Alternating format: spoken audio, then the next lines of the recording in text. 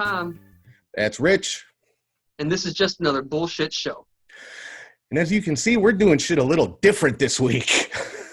Yeah, I'm in my house robe and my sweat socks and house shoes. And Wait, is it okay to quote R. Kelly? Or no, wait. no. Oh, my bad. Let's have fun with it. Yeah, whatever. Yeah, and I'm here in my my home podcasting studio because, well, I've been a little under the weather the last week or so, and better safe than sorry with the shit that's going around. Yeah, definitely. Appreciate that, sir. Yeah, and I'm just in the living room. Like I said, chilling in the house robe. It is what it is. So what's the episode today, sir?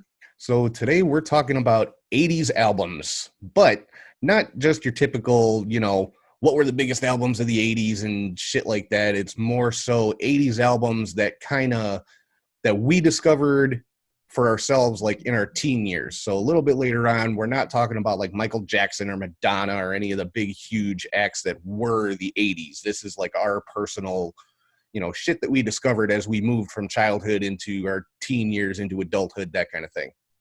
Yeah, it's I can admit most of my albums are big albums, but it's because I was born in '79, so some of these albums I wouldn't have known at 7, 8 years old. It wasn't something Right. introduced to me. I mean, I may have heard of it, but I didn't know it. And then as I got older, I realized, oh shit, this album fucking hits. Right, because you figure growing up, you listen to what your parents listen to. And in my case, I heard a lot of the Beatles and oldies type stuff. And when it got into the 80s, my mom was one that listened to like Blondie and the fucking Carpenters and, Bruce Springsteen, that kind of stuff. Yeah, same here. Michael Jackson was huge in the house. My dad's a big Elvis freak, even though he had been dead for 3 years when the 80s started. I grew up with older sisters, so yeah, Madonna, Cyndi Lauper, stuff like that, big in my house. A lot of influence on some of these albums come from my cousin Jay, and he's part of the Chicago Cutting Crew. He was a DJ, but he was like huge into music. So I'd go over to my Uncle Jerry's house, hang out with my cousin, and he would just have music, all heavy metal to hip hop. Just so I got a big learning thing there when I was younger. Cool. So you want to start us off with your first 80s album that kind of shaped the asshole you would become? Yes. The first one was released in 1984. The album is called Milk and Honey by John Lennon. It is his last album of original material. He had recorded it during the sessions of Double Fantasy, which was released in 1980. So this is his first album after his death, and it's the last album of all new material. I kind of forgot that Lennon released albums in the 80s. As I got older, I became a huge Beatles fan. So going back and like, wow, hearing this, it's like, he's like an idol to me and an inspiration. So at 5 years old, I wasn't listening to John Lennon. My parents weren't listening to John Lennon even. But it's a good album. There's 2 tracks that stick out for me. One is called Grow Old With Me. And the other one, which a lot of people may know, but I thoroughly love through and through, is called Nobody Told Me. Yeah, I know that one. Yeah, that song just really hits home because like no one tells you what's going to happen in life, and it's strange days and deeds we're living in now. So Yeah, that's my first album, Milk and Honey by John Lennon, 84. Nice. I like it. All right. Well, for me, I think anybody who knows me knows Metallica is my band, and Shit. I actually toyed with the idea. Metallica put out 4 albums in the 80s. I toyed with the idea of putting all 4 of them on this list, but I figured that would kind of be a cop-out. Yeah, I kind of thought it might happen, but... So I went with the one that kind of turned me on to Metallica, with the first Metallica song that I ever heard, and that the album is from 1988, And Justice for All. And the first Metallica song I ever heard was One, which is on this album. It was actually the very first music video they ever made. And that was actually how I heard the song first, was through the video. Yeah, and it's 85 minutes long. Yeah, pretty much. With the clips from the movie, Johnny's Got His Gun, and it was just so different from anything else I had been listening to at the time. And that's why it caught my attention so much, is because, you know, as you get into your teen years, you listen to what your friends listen to. And all of Very my true. friends, you know, all of my friends were into like hip hop and house music, you know, the DJs like Bad Boy Bill and Julian Perez and stuff like that. And, you know, listening to groups like NWA or Run DMC, that kind of thing. But I just happened to see the video for one just purely by accident, I guess, because I don't know if you remember when we were kids, we had this channel called The Box. Oh, of course. Yeah, you know, when you didn't have cable, you know, you didn't have MTV, but we had You this called channel. in to see a video. Yeah, you called a 900 number and paid like $4.99 to for them to play your video, and you could pay like $6.99 for them to play your video next, put it at the top of the list or whatever, you Yeah, know. you So just sit there watching, waiting on that video. I remember that shit. yeah, but so that was when the first place I saw the video for one, and that's what got me into Metallica and wanting to hear more of their stuff. And you know, this to me, Justice for All is still my favorite Metallica album. You know, it's got one, obviously, like I said, another great song on there is Harvester of Sorrow, which Very good. for a long time was my favorite Metallica song. It's still probably in my top 5 Metallica songs. So yeah, that definitely is an album that had a big impact on me that I didn't discover until at least 3 years after it came out, like 91, 92. So, That, and it came out in 88. So yeah, and Justice for All by Metallica, 1988. that's cool. That leads perfectly into my next album. Now I wasn't into the band until I heard their Black album, which was released in '91, and I didn't hear this album. It wasn't until because of you. So 1986, Master of Puppets Nice. I like was it. an album again that I would never have listened to at 7 years old. But your influence musically with Metallica and hearing them and hearing this album and just that song, Master of Puppets, you know this, Tom, is Mm. like, I just go nuts for that song. That song just fucking hits. I'm in it. I'm taking every shot there is. I'm done. I'm done. I want everybody watching to picture Rich in the middle of a county fairgrounds in Rockford. Not even in the middle. We were about 15 feet from the stage in a Yeah. sea of 70,000 people. Metallica starts playing Master of Puppets. That first guitar riff hits, and I look over, and Rich is headbanging, throwing the devil horns in the air, just thrashing. And I'm like, Rich? Yeah, I know, man. It hits, man. There's something about that that hits. Another song on that album is I really like is Battery. Yeah. Also, this album was like it was right before Injustice for All, so it was like they were going from that complete thrash to making. I don't want to say making songs, but there was something they did musically that changed. Like this was like that step. This was kind of like their Rubber Soul right before Revolver. Right, and Puppets was actually the last album with Cliff Burton on bass too. That was my next one to say. Like they went on tour and the tragic accident and stuff. So this is the last album with the original lineup. Well, Mm-hmm. that not Dave Mustaine lineup, but you know. Right. So Well, yeah, I definitely got a the lineup when they started putting albums out. yeah. So yeah, Master of Puppets, an '80s album. Definitely look into.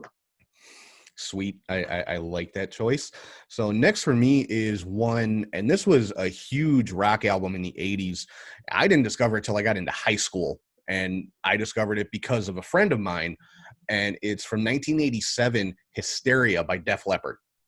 Oh, okay. You know, Okay. this is the album with Pour Some Sugar on Me. You know, Oh yeah, Loretta Strip Club. yeah, I mean, this was, you know, arguably Def Leppard's biggest album. And like I said, I didn't discover this album until I was in high school because I had a buddy that I was on the football team with. He was like a Def Leppard super fan. Like the way I am about Metallica is how this guy was about Def Leppard. And, you know, he was also a musician. So like on lunch breaks, you know, he'd bring his guitar to school, or we'd go in the music room, he'd play the piano, and he's playing all these songs. I'm like, dude, what are these songs that you're playing? He's like, oh, it's Def Leppard. I'm like, damn, I got to hear some of this stuff.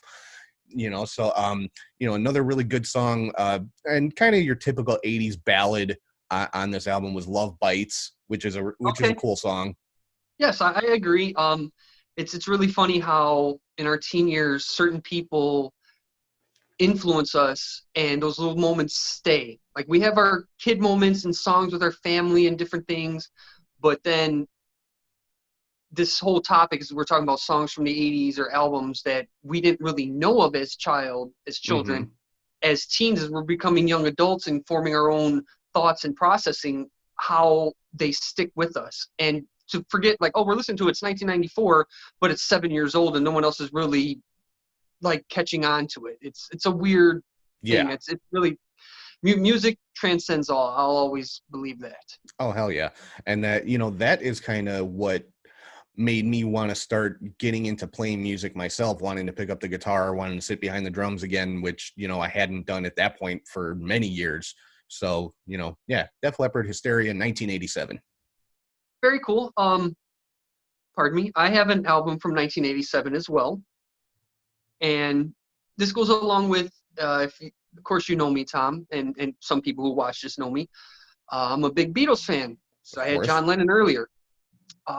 But I have U2's Joshua Tree. Really? Yes. It's, I don't know how to describe it, but I know they're not British, but it was like the 80s Beatles. Yeah, definitely. And if I can just interject here for a second, I also had the Joshua Tree on my list. Oh shit, really? Yeah, so we're When you double. went in with like you had an 87 album, I'm like, he's about to say Joshua Tree, and you said Hysteria. I'm like, oh shit, damn. Yeah, I do have the Joshua Tree on my list as well, because U2's one that I didn't, really. I mean, obviously you'd heard the songs in passing here and there, because it was impossible to avoid them. But like, like I still haven't found what I'm looking for. It Well, you. yeah, that song is on my list, and With or Without You are the Mm-hmm. two songs.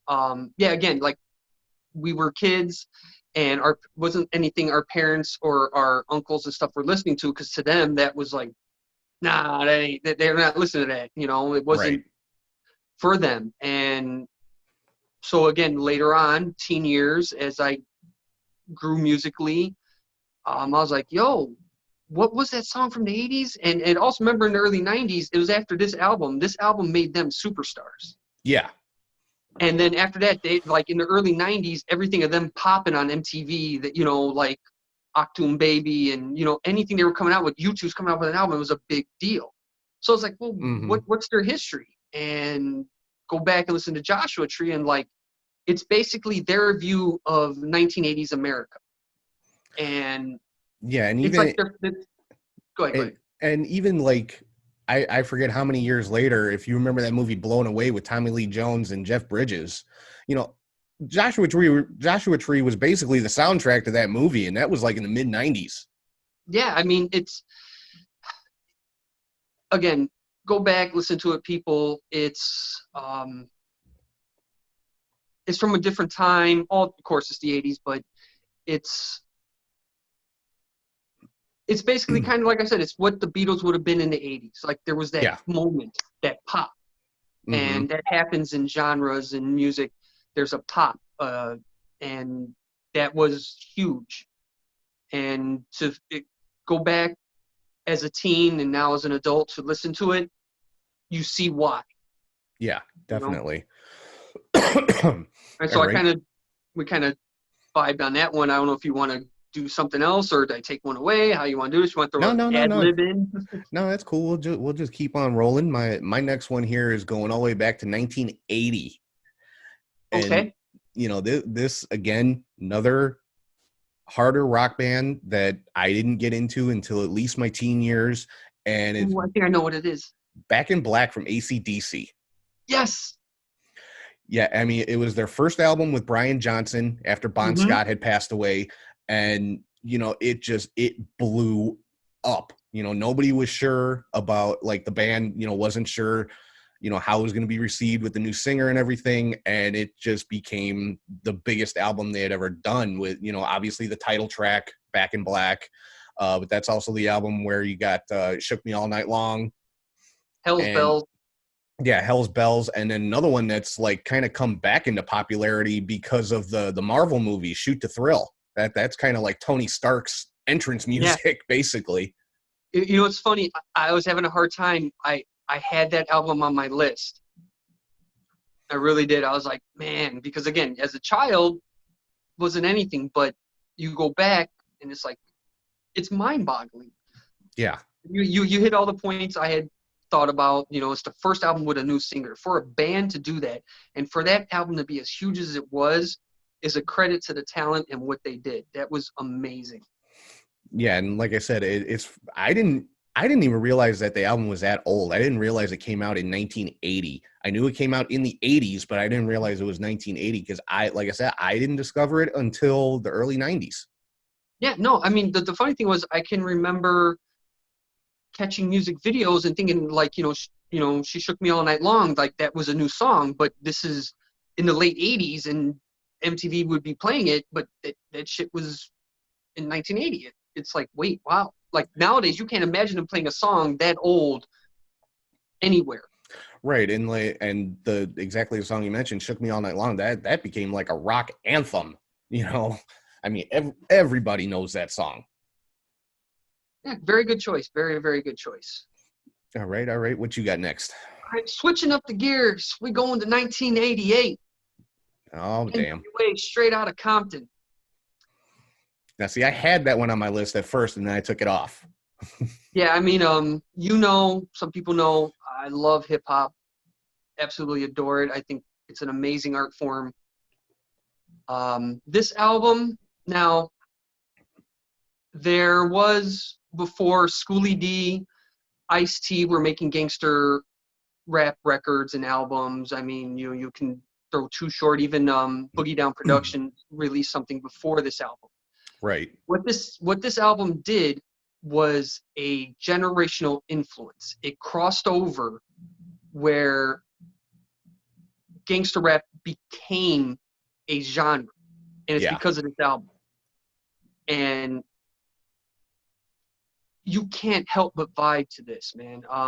Tracks Yeah, that and I want to go ahead, go ahead. no, I was just gonna say, it became like mainstream. You Exactly. you That's started hearing NWA on the radio, heavily edited, but you hear them on the radio and on MTV.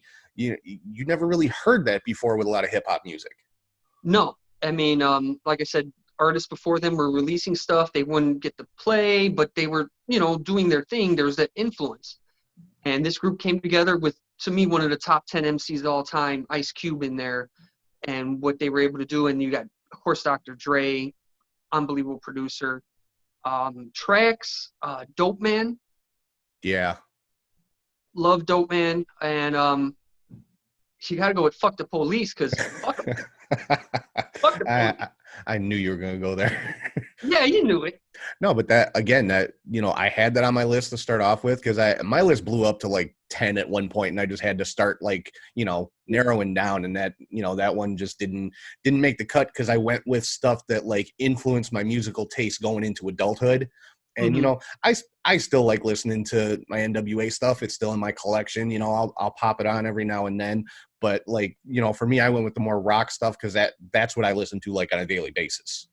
Yeah, and yeah, that's cool. I mean, I think we both go back and forth. Like I love so much different type of music. I can, as well as you go from hip hop to hard rock to pop rock to ballads to whatever. I mean, if it's a good song, it's a good song. I've Yeah, realized that exactly. as I've gotten older, you can judge me for all I want. I like this song, and to me, it's good. So go ahead, do your thing. So cheers on that. Except for country. Country sucks. No. Yeah, most of it kind of does, but it is what it is. Hey, you know what though? I'll admit I got a few country songs in my collection, especially since Darius Rucker went country.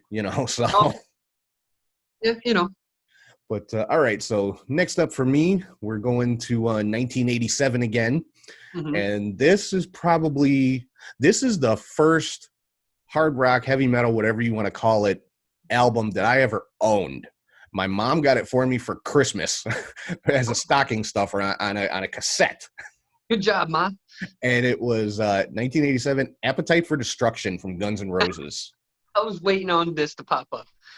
Yeah, I mean, Welcome to the Jungle, Paradise City, Sweet Child of Mine. I mean, this was like the biggest album for Guns N' Roses. This is what blew them up and, turned Axl into a self-centered jackass, but it's I know okay. that feeling. you know, But yeah. this is the album that turned Axl Rose into a diva, but still you can't deny the popularity of the album, the influence of the album. Again, kind of taking the hard rock heavy metal sound a little bit more mainstream, because you would hear Welcome to the Jungle and Paradise City on the radio, and they had the music videos were still relatively new, so they were getting a lot of play with the videos off of the album. So Oh no, I completely agree. That was another one I was tossing in the air. Uh, Again, like you said, that came out, and I think that led to Metallica's Black Album in '91. Like yeah. that popularity and the way that went over, I Hmm. think that kind of led to the fact that Metallica put an album out like, hey, look, we can still do our thing and freaking rock and make an album that sells. And again, there's nothing wrong with that. Honestly, to me, it's not selling Oh out. yeah. I mean, If the you Black make an album Album. that people like, fuck, who cares? Yeah, I mean, what Appetite for Destruction did for Guns N' Roses is exactly what the Black Album did for Metallica. It took them to the mainstream, Yeah, and and that. going back to the Guns N' Roses album is another time being at my cousin's house and hearing that, like just sitting there, like what is playing? But again, I heard it, but it again, 8 years old. It wasn't something I went home and I got to hear it once, and it was like, what was this? And then you'd hear a certain song on the radio, and then as you got older, you dive into the album as this topic is, and it's just like, man, how did I miss this back then? You'd hear it, but Yeah. I mean, like the first time I heard Welcome to the Jungle, it was in that oh God, what was it? Oh, it was the last Dirty Harry movie, the Deadpool. It was part of the soundtrack to that, and part of the movie was like they were shooting the music video for the song, and the singer was fucking Jim Carrey.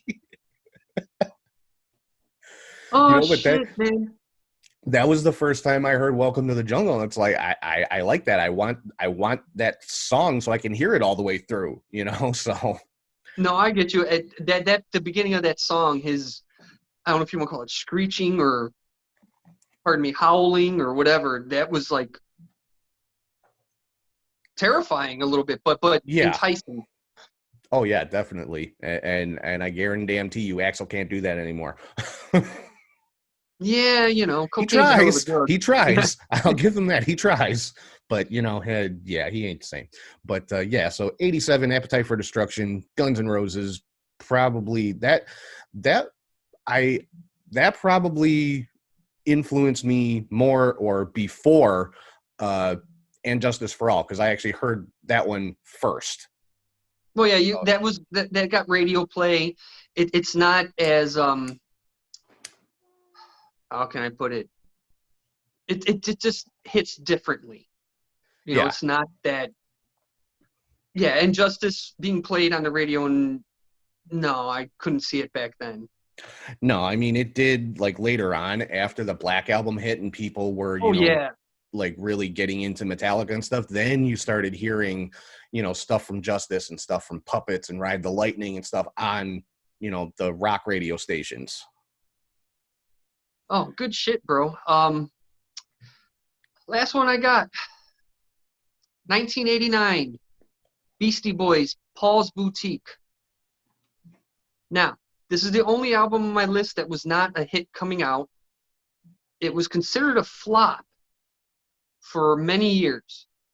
Also, casual fans don't realize this wasn't on Def Jam. They'd made one album on Def Jam and moved to Capitol. Mm-hmm. This album is almost all samples. Yeah. You got Johnny Cash, Jimi Hendrix, the Isley Brothers, the Supremes, the Beatles, Alice Cooper, and like 50 other samples from artists. This album was all samples. This is the album that you couldn't make it now. It's too expensive to get the clearance for all the samples. Yeah, to get the rights to all of that shit. This album changed hip hop, because going into the 90s, it was like you couldn't use all these samples on an album. It's amazing sonically if you listen to it. Uh, yeah, there's the hits like "Hey Ladies" and stuff, but even then, it wasn't a hit. Yeah. It wasn't "Fight for Your Right" and this and that. They changed. They were growing as artists. I tell anyone, please listen to this album if you're a hip hop fan. It's the epitome of samples. Songs for me, I mean, I love a lot on there, but I love "High Plane Drifter" and "Looking Down the Barrel of a Gun." Great tracks. There's quite a few other on there. There's like there's just a lot on there, and you're gonna sit there and you listen to this album, and there's samples that are used still today. So certain rap albums today will still use certain samples that they used. Not Hmm. all of them, but you'll hear a beat, you'll hear a riff, you'll hear something, and it has influenced so much of hip hop going forward till now.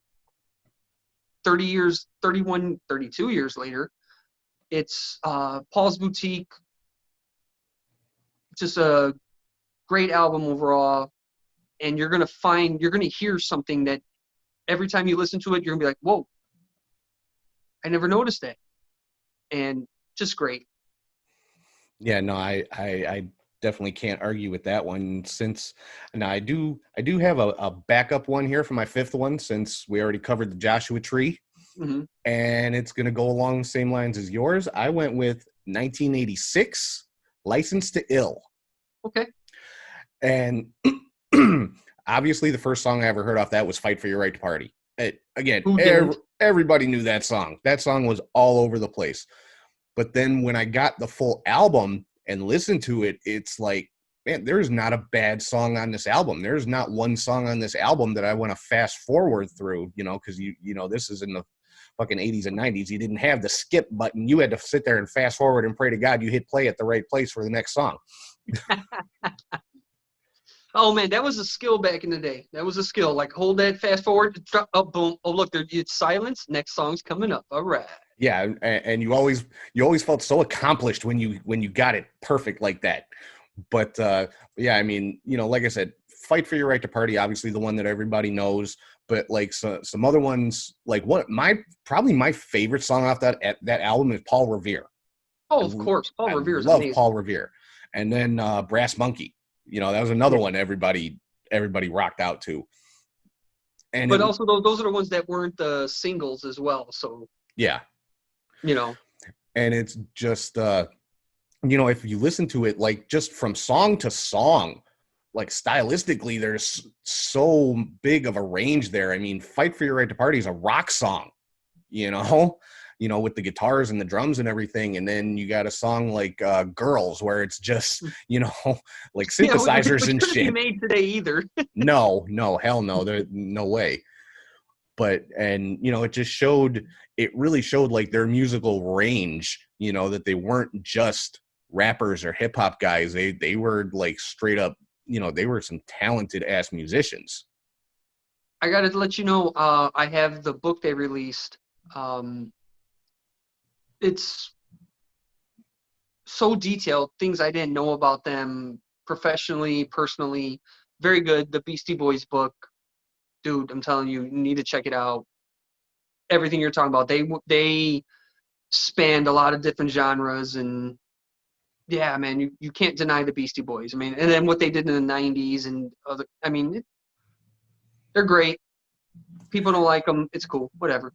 Cheers. Yeah, and I mean, like I said, they have, or had, since they're really not a thing anymore, but Yeah. they had the ability to switch up their style so drastically, but then go back to what they started with. And it's crazy. Like if you listen to their whole freaking catalog, it's like it's hard to believe it's all the same band. Oh yeah, it is. It's completely because they actually started as a punk band, got influenced by hip hop in the early '80s in New York because they were going to all the clubs, and so they were into that. But then when the '90s started, they went back to playing their instruments, but still with samples and mixed it all together. It was they're very underrated. I mean, I know they're in the Rock and Roll Hall of Fame, Yeah. but I don't think a lot of people give them enough credit because they look at that first album and it's like, okay, that's what they are. Yeah. And I mean, if you think about it too, they're really kind of innovator, not even kind of, they're innovators of the whole rap rock thing. I mean, before Kid Rock, before Limp Bizkit or any of that stuff, it was the Beastie Boys. It was right around the time when Aerosmith and Run DMC is because Rick Rubin, their producer, was working with them, and the sound that he was helping make with them, and he worked with Run DMC. They were all Def Jam at the time, that they came up with because Run DMC was using the Aerosmith riff in shows, and like, well, let's try and merge it together. So like, it was, again, I talked earlier about a generational thing. That was like a perfect timing that happened there. Yeah. Like, of artists coming together and just the world needing a new sound. It was, like I said, generational influences is what it is, and you Yeah. can't beat it. Yeah, exactly. So yeah, I think that does it for my list, unless you got anything else you want to throw in there. No, man, you threw into my other little side ones, Back in Black and Appetite. I mean, again, I got other ones in my head, but it's all Yeah. good. We got other episodes. Yeah, like I said, my list blew up to like 10 and I had to narrow it down. So, but no, that's cool. I like that you had the Joshua Tree in there. It gave me a chance to throw License to Ill back in. Good business, sir. All right, so I guess, is that going to wrap us up for this week? I think so. I'm going to say that's Tom. And that's Rich. And this is just another bullshit show. Thanks for checking it out.